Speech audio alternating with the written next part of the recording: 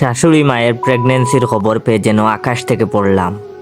দুঃখে কষ্টে বুক হাহাকার করে উঠল।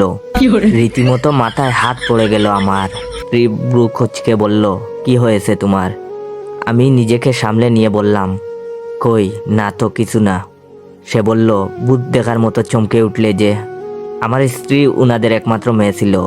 ওকে বিয়ে করেছি শুধুমাত্র ওনাদের বিষয় সম্পদ দখল করে নিব এজন্য। কিন্তু এখন তো আশার জল ঢেলে গেল। সম্পত্তি কি হাতছাড়া হয়ে যাবে? এতদিনের প্ল্যান এভাবে নষ্ট হবে? বিষয়টা আমার বন্ধুদের সাথে শেয়ার করলাম। ওরা বলল, আরে এত ভেঙে পড়ছিস কেন? বাচ্চাটা তো মেয়েও হতে পারে, অর্ধেক সম্পত্তি পেয়ে যাবি, সমস্যা নাই। আমি সেই আশা নিয়ে অপেক্ষায় থাকলাম আরো 7 মাস। এক রাতে স্ত্রী মন খারাপ নিয়ে কাছে এসে বলল, মায়ের আজ আলট্রাসোনোগ্রাফি করেছে।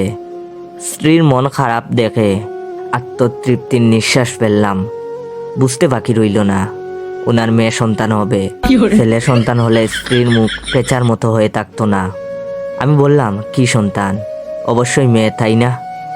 আহা, মন খারাপ করে থেকো না, যা হয়েছে ভালোই হয়েছে, মেয়েরাই গড়ের লক্ষ্মী। আমার স্ত্রী ধমকের স্বরে বলল, কে বলেছে মেয়ে? আমার ফুটফুটে একটা ভাই হবে। এত বছর পর ভাইয়ের অভাব পূরণ হবে, তাই ইমোশনাল হয়ে গেছি। বউয়ের কথায় আমি চোখের জল আটকে রাখতে পারলাম না। আমার আমও গেল, শালাও গেল। শ্বশুর বাড়ির সম্পত্তি আমার আর পাওয়া হলো না। এটা মনে মনে বলে কান্না শুরু করে দিলাম।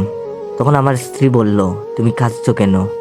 আমি বললাম, আমারও একটা শালার খুব শখ ছিল। শালার বাচ্চাটাও এসে গেল।